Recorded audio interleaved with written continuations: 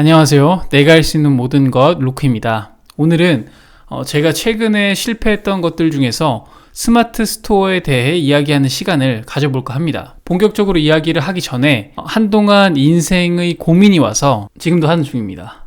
영상을 업로드하지 못했던 점 양해 부탁드립니다. 오랜만에 영상을 업로드함에도 저를 계속해서 구독해주시는 6명의 구독자님들 정말 감사합니다. 그럼 오늘은 스마트 스토어를 실패했던 제 이야기를 해보겠습니다. 스마트 스토어를 시작한 건 올해 2월이었습니다. 스토어를 하면서 3월쯤부터는 이 채널을 운영하기도 했는데요. 제가 스마트 스토어를 시작했던 이유는 마침 회사에서 책임감과 함께 스트레스가 많아질 때였고, 이대로 회사 월급만 받는 것이 불안했습니다. 남들이 선망하는 대기업을 다니고 있지만 인격 모독과 수직 구조의 스트레스에 취약한 제 자신을 보며 불안함은 더 커져만 갔습니다. 입사 이후로 약 1년 동안은 업무 능력을 향상시키기 위해 집중했지만 이제는 업무 외의 시간에 제 개인 소득을 위해서만 철저하게 투자해야겠다고 생각이 들었습니다. 그때 마침 제가 좋아했던 비즈니스 유튜버가 스마트 스토어 유료 강의를 했었고, 저는 과감하게 300만 원을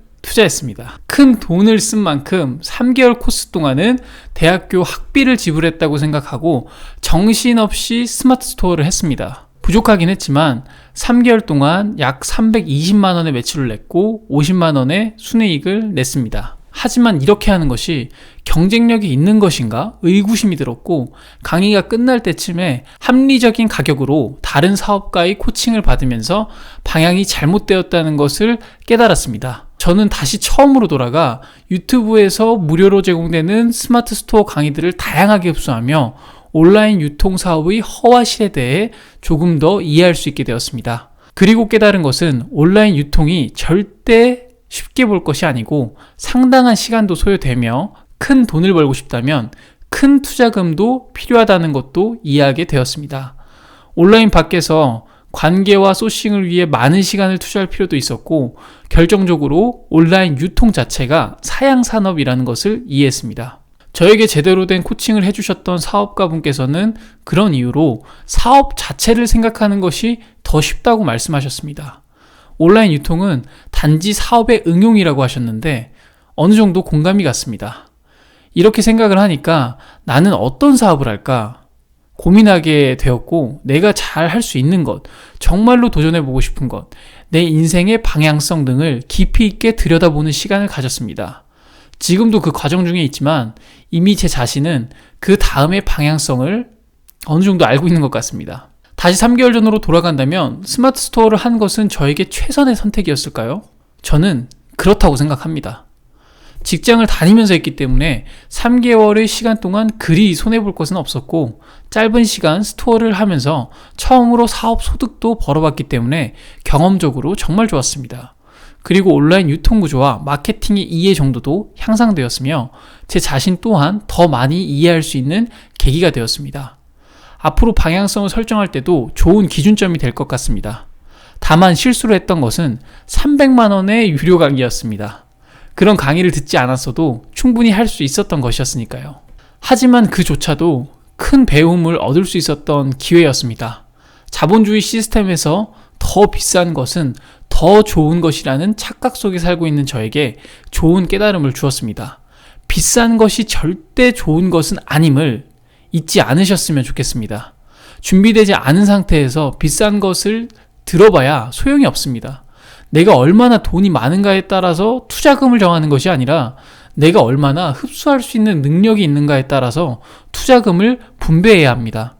그리고 잘 분배했다고 하더라도 교묘한 사기꾼은 늘 존재하기 때문에 검증되지 않은 사람을 너무 쉽게 맹신하지 않으셨으면 좋겠습니다. 결정적으로 제가 스마트 스토어 채널을 삭제한 이유는 명의 문제였습니다. 별 생각 없이 제 명의로 했기 때문에 직장인으로서 지속할 수가 없었습니다. 그게 아니었다면 적어도 삭제는 안 했을 겁니다. 마지막으로 드리고 싶은 말씀은 시간 리스크에 관한 것입니다.